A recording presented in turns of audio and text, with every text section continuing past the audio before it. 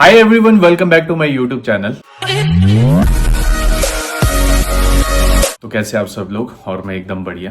तो आज हम डिस्कस करेंगे एक टॉपिक पे जो कि है डर के आगे जीत है। हम सब ने ये चीज़ सुनी होगी और ये माउंटेन ड्यू की एड आती थी तो उसमें बोला जाता था कि डर से मत डरो, डर के आगे जीत है। तो एक्चुअल में वो चीज़ है। डर से मत डरो मीन्स कि आप अपने जो डर है उसे समझो, अंडरस्टैंड योर फियर। डर के आगे जीत है मतलब डर के आगे जीत है टू ओवरकम योर फियर। पहले अपने डर को समझो फिर उसको ओवरकम करो। तो ऐसे ही मैं आप लोगों के साथ जो क्या है कि अपनी जो एक जर्नी है, how I like overcome my fear in my life, वो मैं आप लोगों के साथ शेयर करूंगा। रियल लाइफ एक्सपीरियंस मैं आप लोगों के साथ अपना शेयर करूंगा बचपन से लेके टिल डेट तक का, कि how I overcome my fear. तो स्टार्ट करते हैं स्कूल टाइम से। तो बचपन से ही मैं ना बहुत ज्यादा शरारती होता था। स्कूल में मेरी शरारतें मतलब एक नेक्स्ट लेवल की शरारतें होती। तो क्या होता था ना कि मैं फ्रिक्वेंटली स्कूल बदलता रहता था। तो स्कूल से मुझे प्रिंसिपल्स वगैरह जो होते तो टाटा बाय बाय कर देते थे। तो 4-5 स्कूल मैंने चेंज किए।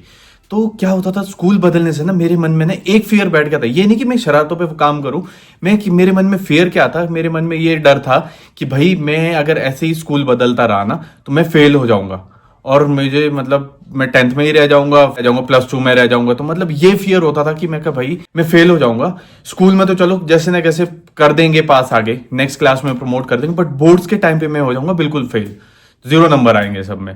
तो ये फियर मेरे अंदर था। ठीक है, तो यहां मैंने अपने फियर को समझा कि मेरे अंदर डर किस चीज का है। ठीक है, and how I overcome it. तो मैं ना ऐसा था कि शुरू से परे मैं सुबह 4-4:30 बजे उठ जाते थे हम लोग पेपर के टाइम पे। तो वो पढ़ना मैंने, ठीक है, और मैं स्टडीज में अच्छा था। मैं शरारतों में तो मैं नंबर 1 था ही। बट फिर मैंने क्या किया कि मैं यार भाई अगर ऐसे ही रहा तो स्कूल फ्रीक्वेंटली चेंज करता रहा तो तुझे ना भाई एक दिन ऐसा आएगा कि तू फेल भी हो जाएगा। और तो उस चीज पे मैंने काम किया और मैंने खूब स्टडी करी, खूब मेहनत करी और फिर उसके बाद मैंने इस चीज को ओवरकम किया कि भाई मैंने +2 में आके टॉप किया क्लास में। तो ये फर्स्ट चीज ये थी। फिर सेकंड आया, मेरी ग्रेजुएशन हो गई और मेरी जॉब लग गई। तो मैं अच्छे से जॉब कर रहा था। तो उस बीच में ना घर वाले बोलते थे कि यार अभी क्या एज है तेरी जॉब करने की, अभी तू स्टडी कर। एजुकेशन एक ऐसी चीज है जो तेरा लाइफ लॉन्ग तक साथ देगी। एक बार अगर ये टाइम निकल गया ना, टाइम वापस नहीं आएगा। और मेरे दिमाग में ना वो चीज बैठ गई कि भाई एजुकेशन ही मस्ट है। ठीक है, बट प्लीज सॉरी अगर कोई इंसान जो ज्यादा नहीं पढ़ पाया ड्यू टू सम इश्यूज, कोई भी इशू की वजह से, फैमिली प्रॉब्लम की वजह से, फैमिली रिस्पॉन्सिबिलिटी की वजह से, तो I am very sorry. Please आप इसे पर्सनली मत लीजिएगा। मैं सिर्फ अपना एक एक्सपीरियंस शेयर कर रहा हूं। तो हाँ, ये है कि अगर हमारे पास ऑप्शन है कि भाई हम पढ़ सकते हैं, आगे अपनी स्टडीज कंटिन्यू कर सकते हैं, तो हम सबको करनी चाहिए, क्योंकि एजुकेशन से बड़ी कोई चीज नहीं है। तो ये चीज मेरे दिमाग में भी बैठ गई कि मैं यार नहीं, बोला तो सही है। तो मैंने वहां पे क्या कर दिया कि भाई मैं ठीक है, फिर मैंने MBA करी। मैं MBA तो फियर क्या था कि भाई एजुकेशन ही सब कुछ है, क्योंकि लोग तुझे आगे जज करेंगे इस बेसिस पे कि ये चीजें तो अलग होती है यार कि भाई आप लाइफ में सक्सेस हो पाओगे एजुकेशन की वजह से, होगे नहीं होगे ये चीज अलग होती। बट मेन क्या होती है कि भाई कितना पढ़ा है इंसान।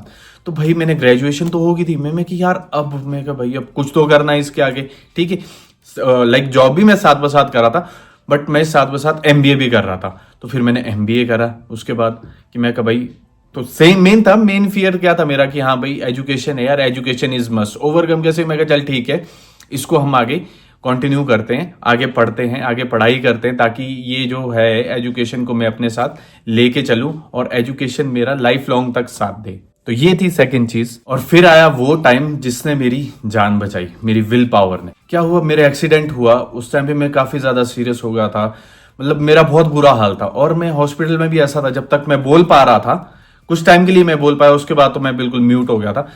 कि जब जो भी मैं बोल रहा था कि मैं कहा कुछ नहीं हुआ मुझे, मैं बिल्कुल ठीक हूं, कुछ नहीं हुआ मुझे, मैं बिल्कुल ठीक हूं। तो मैं ये चीजें ना बहुत फ्रीक्वेंटली मैंने ना ऐसे रख रखा था कि हाँ भाई, एक फियर ये था कि भाई कहीं तुझे कुछ हो ना जाए, मर ना जाए तू।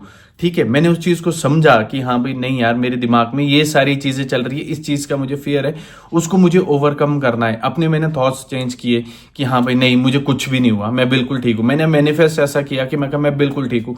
और एक्चुअल में 7.5 मिनट बाद जो मुझे फिर से मेरी जो सांस है वो वापस आई। तो इस तरीके से मैंने जो अपना लाइक फियर था वो ओवरकम किया।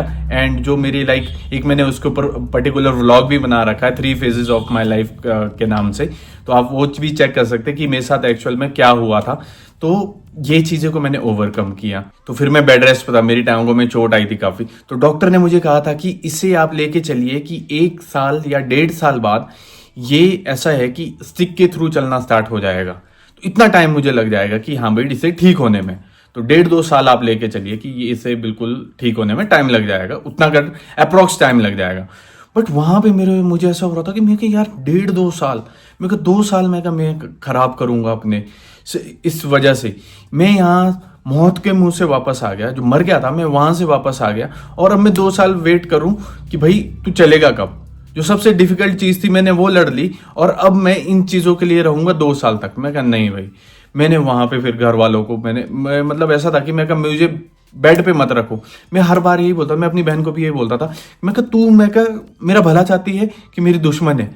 तो मैं कहा भाई मेरे को चला, मेरे को उठाओ यहाँ से, मेरे को बैसाखियाँ दो, मेरे को कुछ ऐसा दो, सहारा दो, एटलीस्ट मुझे चलाओ, ताकि जो मेरी मसल है उसमें जान धीरे धीरे आते रहे। हाँ जो कि गलत भी है, उस टाइम पे मुझे रेस्ट करना चाहिए था, बट मेरे जो विल पावर था वही इतना स्ट्रांग था कि हाँ भाई मेरा माइंड भी ऐसा था कि मैं कहा नहीं भाई मुझे कुछ करना है, मुझे ऐसे नहीं रहना, मुझे खुद ब खुद अपनी लाइफ खराब नहीं करनी, मुझे बेड पे पड़े नहीं रहना, मुझे 2 साल इधर वेस्ट नहीं करने, मेरी लाइफ के जो इंपॉर्टेंट साल है वो मुझे वेस्ट नहीं करने। तो मैंने वो चीजें की, मैंने चलना धीरे धीरे स्टार्ट किया। तो हाँ ये था कि मुझे 3 कदम ही मैं चल पाता था, 2 या 3 कदम मैं चल पाता था, उसमें मुझे 10-15 मिनट लगते थे चलने में। तो बट हाँ ये है कि भाई मैंने वो चीजें रेगुलर बेसिस पे मैं प्रैक्टिस करता रहा। तो विद इन लाइक 5 से 6 महीने में मैं लाइक डंडे पे आ गया। डंडा जहां पे 2 साल मुझे बोला था कि भाई बंदे को 2 साल लग जाएंगे स्टिक पे आने के लिए, वहीं मैंने ना 5वें या 6ठे महीने में मैं स्टिक पे आ गया। तो मतलब इतना फ्रीक्वेंटली मैंने समझा, वो फियर समझा अपना कि भाई मुझे बेड पे नहीं पड़े रहना, ठीक है, मेरे 2 साल मैं नहीं दे सकता। मैं उस चीज को समझा, उस चीज को मैंने ओवरकम किया कि खुद की विल पावर इतनी स्ट्रांग करी कि मैं कहा नहीं भाई मुझे चलना है, मुझे चलाओ, और मैंने प्रैक्टिस करी, तब मैं उन चीजों से बाहर निकला। तो फिर धीरे धीरे क्या हो रहा था, धीरे धीरे ना मेरा वेट गेन होने लग पड़ा, मैं काफी लाइक ऐसे चबी सा दिखने लगा। फिर मुझे ऐसा हो गया कि यार मैं शीशे के सामने नहाते बारी ना, उस टाइम शावर नहीं होता था, नीचे बैठ के नहाते थे, तो बैठते हुए ना ऐसा लगता था कि पेट ना काफी ऐसा मतलब बड्डू टाइप्स का हो गया, मतलब काफी फूला फूला सा लगता था। मैं कहा यार अब ये क्या हो रहा है मेरे साथ, यार मैं ऐसा तो नहीं था, एक्सीडेंट के टाइम पे मैं कितना अच्छा था। उस टाइम पे मन में ऐसे ख्याल आ रहे थे कि मैं कहा यार भाई ये हो क्या गया मेरे साथ। मैं कि यार अब क्या करूं, मेरे समझ में कुछ नहीं आ रहा था। फिर मैंने वो सारी चीजें नेट पे देखी कि भाई क्या वेट लॉस हो सकता है, कैसे करे, क्योंकि कुछ पता नहीं था। फिर मैंने वहां से वो सारी चीजें देखी, समझी, और उसे लाइक अप्लाई किया अपनी लाइफ के ऊपर। मतलब हेल्दी खाना खाया, खराब चीजें थी जो उसको मैंने अपनी डाइट से बाहर निकाला, अच्छी चीजें लाई मैंने अपनी डाइट में। तो मतलब धीरे धीरे मैं ट्रांसफॉर्म भी हुआ। तो ये भी यही था कि एक फियर था कि मैं कि यार अब मैं ऐसा दिख रहा हूँ, समझा मैं अपने फियर को, मुझे लग रहा है कि मेरे को ऐसा नहीं दिखना है यार, ऐसा तो मैं दिखता ही नहीं था।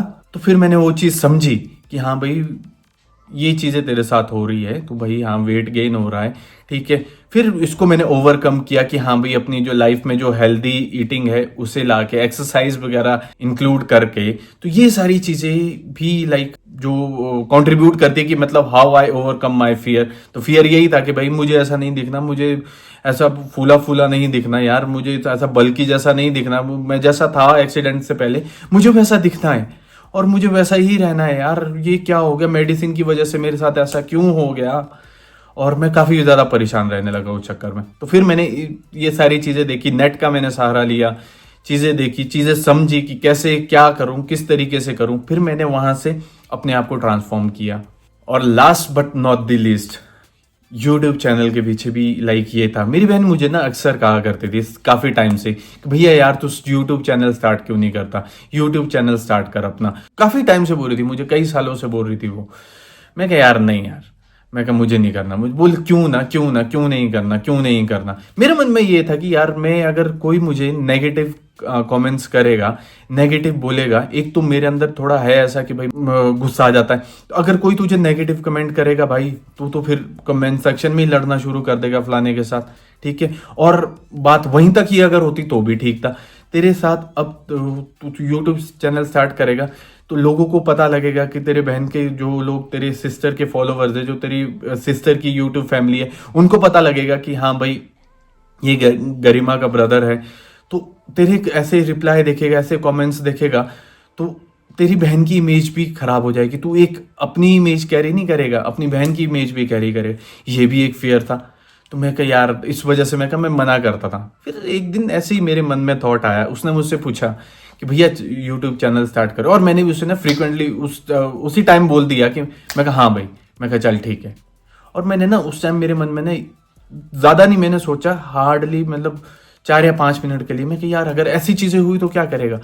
उस टाइम मेरे मन में ये ख्याल आया कि मैं कि यार ऐसी चीज़ें होगी क्यों, लोग तुझे गलत कमेंट करेंगे क्यों, लोग तुझे गालियां देंगे क्यों।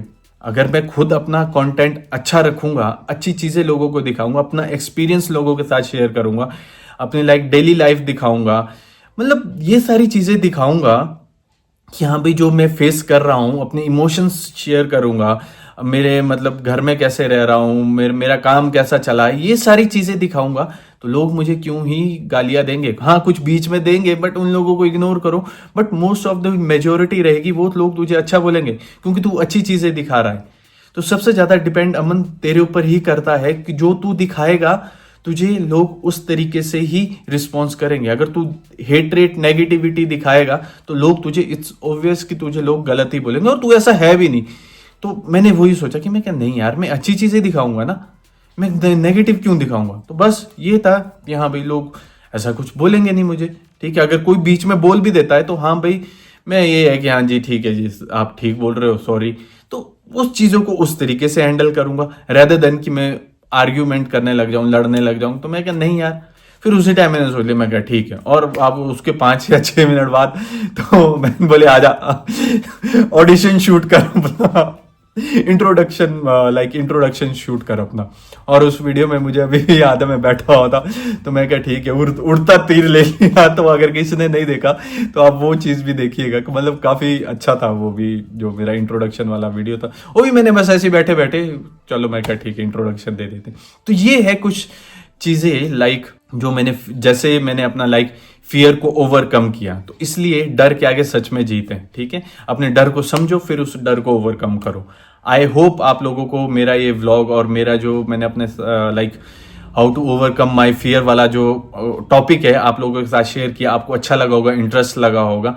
तो प्लीज़ आप लोग मुझे कमेंट बॉक्स में थोड़ा सजेस्ट भी कीजिए कि मुझे किन किन चीज़ों पे अपने व्लॉग्स बनाने चाहिए। तो I hope you like my vlog.